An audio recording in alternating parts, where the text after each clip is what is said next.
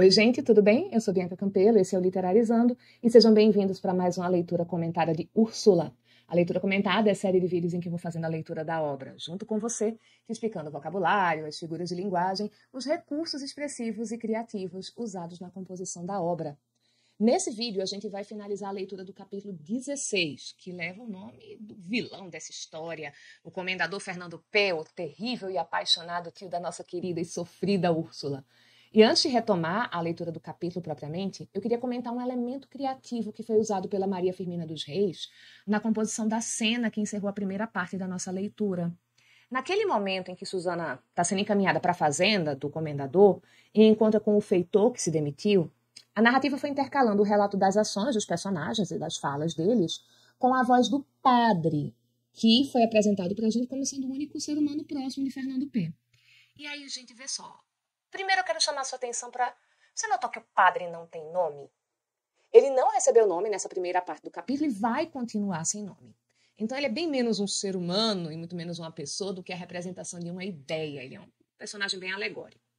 E, do mesmo jeito que o Úrsula, nesse momento do livro, está cercada das freiras, protegida ali pelo convento, a presença desse padre ao lado de Susana parece trazer algum tipo de segurança, de proteção para a personagem. Afinal, Fernando P. não vai se atrever a cometer um crime na frente de um religioso, não é? Ou vai.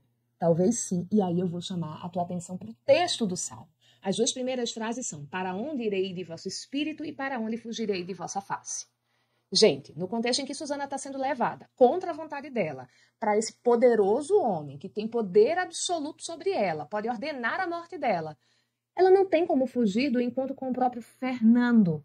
Claro que o sentido original do Salmo é outro, se refere à onipotência de Deus, à sua onipresença, e as últimas palavras se referem a Deus como esse ser que guia o ser humano e o sustenta, mas olha como no contexto as duas primeiras passagens acabam ganhando essa outra conotação pela posição em que elas aparecem.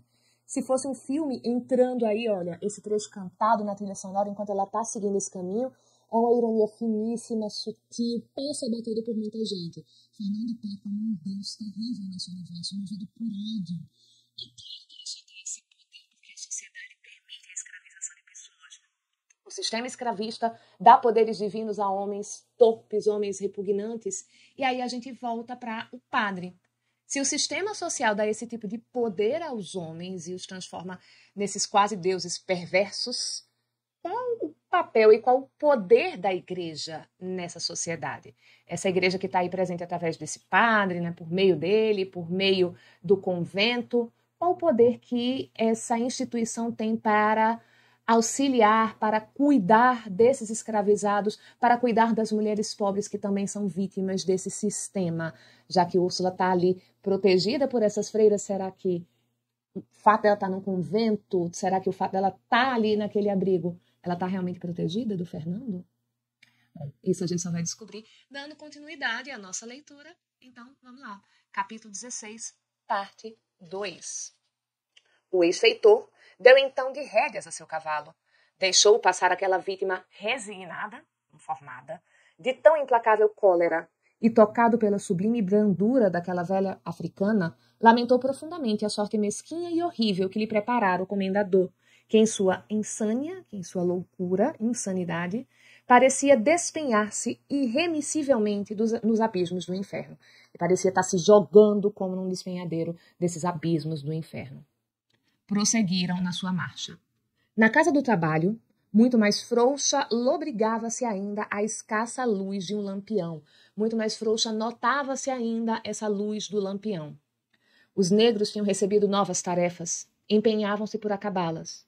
Desgraçados! Não eram eles que trabalhavam por acabá-las. Era o novo feitor que, com o azorrague em punho, ao som dos estalos, os despertava. Então, nessa correção, não é que eles estão ali se dedicando para terminar essas tarefas. É que o feitor está com esse azorrague em punho. É um tipo de chicote que não tem um único fio, tá, gente? São aquele tipo de chicote que tem vários fios ali para acertar o animal ou a pessoa, nesse caso, que está sendo vítima do açoite. E já nenhuma lágrima lhes vinha aos olhos, nenhum queixume dos lábios. Eram mudos. Contorciam-se com a dor da chibatada. Abriam os olhos, Moviam-se maquinalmente, moviam-se como máquinas, como robôs, para continuarem o serviço. E logo recaíam naquela penosa prostração que revela a extrema fadiga de um corpo, que descai já para o túmulo, cansado de lutar em vão contra 1000 privações que o desgastaram e aniquilaram. Gente, penosa ali de pena no sentido de sofrimento, tá? E aqui, o corpo que está descaindo é o corpo que já está se inclinando para o túmulo, de tão desgastados que eles estão tão sem energia, estão tão prostrados. Por quê? Porque eles já estão mais próximos da morte do que da vida. O dia não tardava muito a despontar. Olha, de novo aqui a negativa para a gente ter uma afirmação. Está próximo de amanhecer, não vai demorar para amanhecer. Quando Susana e o sacerdote descobriram, pasmados, espantados, a cena espantosa da dupla tarefa na fazenda de Santa Cruz. Deus esteja convosco, filho, disse brandamente o padre ao entrar. Fernando P. passeava na varanda com um passo incerto e desigual. Mandei informar-me, meu padre, do caminho que seguiu a minha louca fugitiva. Ele está chamando aqui Úrsula de uma louca fugitiva. E em menos de 10 minutos aguardo pela resposta. Os homens da minha guarda estão prontos e partirão ao primeiro sinal. As nossas cavalgaduras esperam-nos no pátio, as nossas montarias nos esperam no pátio. E para que todo esse afã? Para que toda essa ânsia, todo esse desejo, toda essa pressa? Perguntou o sacerdote com estupefação, né? Pasmo, estupefato. Para quê? Ainda me perguntais? Essa menina, senhor, a necessidade tornou a minha pupila, e antes que o fosse, meu coração a havia escolhido para esposa. Ela, Úrsula, a vossa sobrinha, a filha... Basta! Bradou imperiosamente, autoritariamente o comendador. Susana! Venha, Susana! Fernando P. pensara que o padre lhe ia lembrar seu crime e impôs-lhe silêncio. Então, eu achava que ele ia continuar com a filha de Paulo B., o homem que você matou. E aí cortou logo para não ter alusão ao crime de assassinato do Fernando. Ao reclamo, 2 negros entraram conduzindo a velha, cujos cabelos alvejavam como o cume dos Andes e cujos olhos exprimiam sublime resignação. Ao vê-la, o comendador rugiu como um tigre. Os olhos injetaram-se-lhe de sangue e as artérias entumecidas, as artérias inchadas, ameaçavam arrebentar. Seu semblante tornou-se roxo de ódio e a fisionomia era medonha e horripilante. Amigo, calma que a pressão está muito alta, né? As veias inchadas, os olhos ali vermelhos, porque as veias estão colocando sangue nesses olhos, literalmente. Pressão, Fernando B. está lá em cima. Para onde foi Úrsula? Interrogou com voz que horrorizava. Para onde foi Úrsula? Fala ou prepara-te para morrer sob o azorrague. Não sei, meu senhor, respondeu humildemente a velha. Disse-me que vinha orar ao cemitério. Não sabes dela? Queres arrostar comigo? Você está querendo se atrever comigo? Está querendo dar uma de atrevida? Fingir que você não sabe essa informação? Você está querendo me enfrentar? E os olhos desferiram chamas de raiva que gelavam de terror. Foste sua cúmplice, hás de pagar-me. Em nome do céu, exclamou a mísera, atormentada por tão sinistras ameaças. Que sei eu? Cala-te, atrevida! Ou ao menos modifica o teu crime, revelando-me o nome do homem que me a roubou. Ah, meu senhor, tornou a mísera africana. Ela saiu só? Pois bem, confessarás a força de tormentos o que é feito dela e qual o nome do seu sedutor. A força de tormentos, gente, é a força de tortura. Ele vai dizer que ela vai ser torturada no tronco até falar aquilo que ele quer ouvir. Julgas que o ignore? O Fernando continua, né? Você acha que eu não estou sabendo, não? Tancredo, rápido foi o teu regresso, mas hás de arrepender-te, assim como tu, velha louca e maldita. Levem-na, disse, acenando para os 2 negros que a tinham conduzido. Levem-na, e que ela confesse o seu crime. E aí, vamos lá, gente, vamos refletir, né? Primeiro assim, que crime, amigo? E segundo, se você já sabe, por que é que você precisa fazer tantas ameaças? Você não já sabe? Na sua cabeça não já está completamente definido que foi Tancredo que levou Úrsula? Então, nada do que ela puder falar vai ser diferente. A questão, gente, aqui é realmente que ele só quer provar a força. E se você não faz aquilo que ele quer, se você não dá exatamente a informação que ele está solicitando na hora que ele quer, isso é um assento de autoridade dele e ele vai exercer essa autoridade contra você. E podem ter certeza, se Susana tivesse revelado que, não, meu senhor, ela foi embora com Tancredo, o Fernando ele estaria mandando torturá-la do mesmo jeito porque ela deixou a Úrsula embora, como se a Susana tivesse algum poder para impedir isso. Podem ter certeza, ele mandaria ela para Azurrag da mesma forma. Filho, objetou então o padre. Filho, em nome do que nos há de julgar, a perífrase, né? Aquele que nos há de julgar em nome de Deus. Não mandeis flagelar esta pobre velha, ela é inocente. O comendador bramiu de cólera. Ele fez um barulho, gente, que ecoou, tá? E lançou-se sobre a pobre escrava. Confessa a tua cumplicidade, diz-me para onde foi ela, ou apronta-te para morrer. Susana havia dito a Tancredo que Úrsula lhe falara de um perigo iminente se ele, Tancredo, retardasse mais o seu regresso. E que esse perigo criava-o o comendador. Lembrava-se que o moço partira imediatamente para o lugar por ela indicado e onde devia estar Úrsula, persuadindo-se mesmo algumas vezes de que a moça, para escapar às perseguições de seu tio, se houvesse submetido à proteção do mancebo e fugido. Mas tudo isso não era mais que suposição. E quando mesmo ela o soubesse com certeza, estava longe de querer denunciá-la a um homem que tão funesto era para quantos o conheciam. E aqui, gente, olha só o que o narrador está fazendo. Ele está primeiro estabelecendo que, olha, Susana não tem certeza. Então, é uma primeira desculpa, justificação para ela não estar falando a verdade. Porque ela sabe que Tancredo está sabendo onde Úrsula estava e que na cabeça de Úrsula existe um perigo muito grande que é criado pelo comendador. Mas ela não tem certeza se Úrsula não foi encontrada ali no cemitério da fazenda porque Tancredo a levou. Ela está estabelecendo que, olha, pode ter acontecido alguma outra coisa. Mas ainda assim, e aí vem o narrador fazer essa contemporização, mesmo que ela soubesse, Fernando é um homem terrível demais. E isso vem, gente, toda essa contemporização para você ter a idealização do personagem. O narrador está tentando assegurar que a gente leia o silêncio de Susana de forma positiva, que esse é o comportamento ideal, que ela está tendo uma atitude correta ao dizer que não sabe de nada, porque em tese ela está mentindo. Mas sim, existem mentiras que são necessárias, existem mentiras que são melhores do que verdades quando elas são ditas no mundo. Pediu a Deus que lhe pusesse um selo nos lábios e o valor do mártir no coração.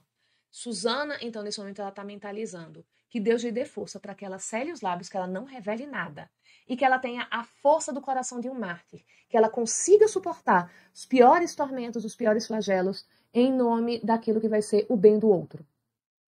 Então, tornou ele enfurecido. Confessas ou não? Não sei, meu senhor, replicou Susana. Não sabes quem seja o seu sedutor? Não viste sair em sua companhia? A menina saiu só. Eu a quis acompanhar porque ela estava louca de aflição. Mas disse-me, proíbo-te que venhas, deixe-me que vá rezar sobre a sepultura de minha mãe e levem-na, bradou o implacável comendador. Mais tarde confessarás tudo. Meu filho, de novo começou o padre. O sangue do inocente condena ao inferno aquele que o derrama. Essa mulher não é cúmplice da fuga de vossa desposada. E vejam, gente, que o padre está aqui tratando Úrsula como se ela realmente fosse noiva do comendador. Um negro entrou correndo e disse-lhe, meu senhor, acabo de saber que a senhora, acompanhada de um cavaleiro branco e de um outro negro, tomou a estrada da cidade de Estrelinhas. Então, um sorriso infernal lhe arregaçou o lábio superior e seu rosto ficou hediondo, o rosto dele ficou repugnante, asqueroso. Levem-na, tornou acenando para Susana. Miserável, pretendeste iludir-me? Saberei vingar-me. Encerrem-na na mais úmida prisão desta casa. Ponha-se-lhe corrente aos pés e à cintura, e a comida seja-lhe permitida quanto baste para que eu a encontre viva. Susana ouviu tudo isso com a cabeça baixa. Depois ergueu-a, fitou os céus, onde a aurora começava a pintar-se, como se intentasse dar à luz seu derradeiro adeus. E de novo, volvendo para o chão, exclamou. Paciência. Não há tempo a perder, disse Fernando, e entrou no seu gabinete, onde deu ordens que, para logo, imediatamente, se cumpriram. 2 homens de hórridas fisionomias, de horríveis fisionomias, foram introduzidos, e o que lhes disse o comendador, só Deus e eles o puderam ouvir. E aqui eu vou chamar a atenção para esse truquezinho. Olha só como o narrador está criando um mistério ao não dizer para a gente qual foi a fala, qual foi a ordem dada pelo Fernando. Sendo que ele sabe exatamente o que se passa dentro da cabeça do Fernando e ele sabe o que se passa dentro da cabeça da Susana. Coisas que não foram faladas, esse narrador sabe dizer pra gente. Mas essa fala, ele não sabe. Olha que conveniente. Não se passou muito tempo que não voltassem. Eram ligeiros e vinham vestidos como talvez lhe tivesse ordenado o homem a quem serviam. Tinham excelentes cavalgaduras, né? Agora a gente vai ter a descrição da montaria e das roupas desses homens. Trajavam calções de couro e sobre suas celas descansavam enormes capotes de pele de onça. Gente, eu preciso comentar isso, porque quando eu li a descrição desse capote, e capote, gente, é essa capa com capuz, tá? É esse manto grande com capuz. E feito de pele de onça. Eu juro que veio na minha cabeça a imagem ali muito estereotipada dos anos 70, de filmes de máfia, de gangster, de traficante dos anos 70, em que esse mafioso, esse traficante, ele aparece com um casaco de pele e que tem esse animal print de leopardo, nesse caso. Que é aquele, sobretudo, grandão de pele, com essas manchas, esse animal print. E aí, nesse caso, além de ser esse casacão grande, ainda tem essa possibilidade do capuz. Juro que veio imediatamente essa imagem para minha cabeça. É o pistoleiro, o bandidão do filme dos anos 70, estiloso, né? Com casaco ali de animal print. Da cinta pendiam-lhe enormes facas pontiagudas, e a esses horríveis instrumentos acompanhava um par de pistolas. Aos ombros levavam um medonho bacamarte. Então ainda tem esse... Além da pistola, eles estão levando o rifle, né? Então, é aquela imagem mesmo do traficante pesadão, bandidão do filme dos anos 70, estiloso, com faca na cintura, 2 revólveres na cintura e ainda vai levando aquele rifle imenso, aquela 12 gigantesca. Gente muito ameaçadora. O padre viu todo esse apreço, todo esse preparo, execrando, tendo horror, e aguardava ansioso pelo seu hóspede. Não esperou muito. Meu padre, o dever obriga-me a partir. Roubaram minha filha de minha irmã, mancharam a honra da minha casa, assassinaram minha ventura, minha felicidade. Meu padre, continuou depois de alguma pausa. Essa menina era minha desposada, jurei que havia de ser seu esposo. Pelo céu ou pelo inferno, sê-lo-ei ainda? Sim, prosseguiu espumando de ira. Hei de ser seu esposo, porque não a tornarei a ver enquanto o sangue do seu raptor não tenha lavado, extinguido o ferrete da infâmia estampado em minha fronte. E aí, gente, o ferrete da infâmia, o ferrete é o ferro com que você faz a marcação de gado, é ferro quente. Aqui tem o sentido de mancha, de nódoa, mas é a marca, tá? E aí você tem essa metonímia. Se fala do instrumento para falar da marca, da mancha que ele deixa. E a infâmia é a desonra. Então, o fato de Úrsula ter fugido mancha a reputação de Fernando. E essa reputação só será novamente limpa, estará sem essa mancha com o sangue de Fernando. Antigamente existia muito, e até os anos 90 houve crimes em que se perdoava, né, se inocentava o criminoso porque era um crime de honra, era um crime para lavar a honra. E frequentemente esses crimes eram feminicídios. Fica aí essa informação. Jesus, Senhor meu Deus, bradou o pobre padre. Ainda é tempo de retroceder. Pelo céu, meu filho, não mancheis vossas mãos no sangue de vosso irmão. Filho, o assassino é maldito do Senhor. Caim o foi. Para o assassino não há na vida sossego, nem paz na morte. O sepulcro mesmo, quem sabe se lhe promete tranquilidade. A vingança, filho, é um prazer amargo, e seu fruto é o requeimar do remorso em toda a existência, e até ao último extremo, até a sepultura. Fernando P. escutou, mas em suas veias agitava-se o sangue que lhe queimava o coração.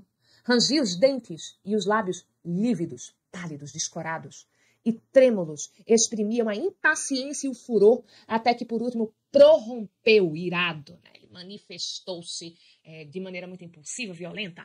Mentes, padre maldito! A vossa doutrina não a escutarei nunca. A vingança desejo-a com ardor, afágua. Não sabes que é a única esperança que me resta? Ah, amor, ventura, tudo caiu no abismo. Eles o quiseram. Oh, não usei de poupar. O inferno haverá pior do que o que trago no coração? O inferno me restituirá Úrsula da pura nódoa do amor de outrem, porque será lavado no sangue do homem por quem desprezou-me. Sabes acaso o que é ser desdenhado pela mulher que amamos? Sabes o que é ser iludido, aviltado, ofendido? Por aquela que déramos a vida, a honra, a alma, se nos la pedisse? Então, assim, né? Porque eu amo Úrsula, ela é obrigada a me escolher. É isso. E ela ter qualquer outra vontade que não seja exatamente a minha, isso é uma nódoa a minha honra. Vejam, gente, o tipo de cabeça que a gente tem nesse personagem, mas principalmente vejam como você tem todos os dias inúmeros exemplos de mentes que funcionam de forma muito semelhante. Século XIX persiste na nossa sociedade. Filho, arriscou ainda o velho sacerdote, não desafieis a cólera do Senhor. O sangue de vosso irmão vos queimará a alma. E o amor de que vos servirá então? Julgais que vos poderá ele afagar quando ante vós se erguer mudo e impassível o espectro ensanguentado de vossa vítima, clamando, és o meu assassino? Então, em balde, em vão, suplicareis o meigo auxílio do sono que vossos olhos pasmados e fitos no medonho fantasma não se poderão cerrar. Então, ele erguerá a voz e exclamará com horrífico acento, com horroroso acento, que vos resfriará os membros. Maldição do Senhor sobre aquele que assassinou o homem que era seu irmão. E aí, eu preciso comentar que esse padre é muito ingênuo. E a gente pensa aqui comigo. O padre sabe que Fernando já matou antes. Ele sabe que ele é o assassino do pai da Úrsula. E ele sabe, por tudo o que aconteceu desde esse assassinato, que Fernando não se arrependeu. Então, o padre sabe que não adianta falar sobre isso. Não adianta dizer essas palavras. Fernando não se arrependeu antes, ele não vai se arrepender agora. Daí que esse sermão aqui, gente, do padre, é muito menos um recurso para a narrativa do que um discurso que está sendo jogado para o mundo que está lendo essa narrativa. Isso aqui é a Maria Firmina fazendo com que esse livro seja um propagador de valores cristãos e se posicionando em relação ao crime que uma pessoa pode cometer por estes motivos de feminicídio que estão aqui no mundo real, porque na narrativa não vai fazer sentido. O Fernando não se arrependeu antes, ele não está sendo assombrado pelo espírito do Paulo B, então por que ele estaria se importando com se ele vai ser ou não assombrado pelo espírito de Tancredo e o que vai acontecer com a alma dele depois disso? Não teve arrependimento, né? Cala-te, cala-te, estúpido que és, rugiu o comendador. Que me importa a minha vingança dos mortos? Tancredo, Úrsula, não se hão de rir do homem a quem ludibriaram. Tancredo, objetou o padre. Que quereis dizer desse mancebo? É o sedutor de Úrsula. Ele? Replicou o homem de paz. É impossível. Ele, retrucou Fernando. Amam-se. Já o sabia, mas contava que seu regresso seria alguma coisa mais demorado? Sim, eu vi Úrsula. Era uma tarde. Um jatobá antigo, como os séculos prestava-lhe doce sombra, no tronco dessa árvore gravava a ela um nome que me ocultou com seu corpo. Mais tarde, no dia imediato, no dia seguinte, todos os dias à mesma hora eu ia ao lugar indicado. Ela jamais voltou a ele, mas seu nome e o nome de Tancredo entrelaçados aí estavam gravados para advertir-me que se amavam. Oh, maldita sejas tu, mulher infame! Maldito teu sedutor! De joelhos hás de pedir-me compaixão para esse que preferiste a mim, mas não hás de achá-la. Misericórdia, meu Deus! Bradou o padre, erguendo as mãos ao céu. Silêncio! Exclamou Fernando, ardendo em ira, e aproximando-se-lhe, disse, sois meu prisioneiro. A justiça da terra não me estorvará a vingança, porque ninguém, senão vós, ousará denunciar-me. Assassino! Estupefato, disse o pobre sacerdote, e ficou estacado nesse lugar, sem movimento, com os cabelos eriçados, os membros hirtos, os membros completamente duros e imóveis, e os olhos parados, como se um raio o houvesse fulminado. Então, gente, o que pode o representante da igreja? O que pode a igreja? Não pode nada. Fernando declarou, você agora é meu prisioneiro, padre, porque você não vai alertar a justiça humana para me impedir. Ele não está preocupado com a justiça divina, muito menos ele estará preocupado com a justiça humana. E é isso, gente. Encerramos a leitura do capítulo 16. Eu espero que esse vídeo tenha ajudado você a fazer algumas reflexões e ter tido uma leitura mais aprofundada, mais proveitosa desse livro. Encontro vocês na próxima. Um beijo e tchau, tchau.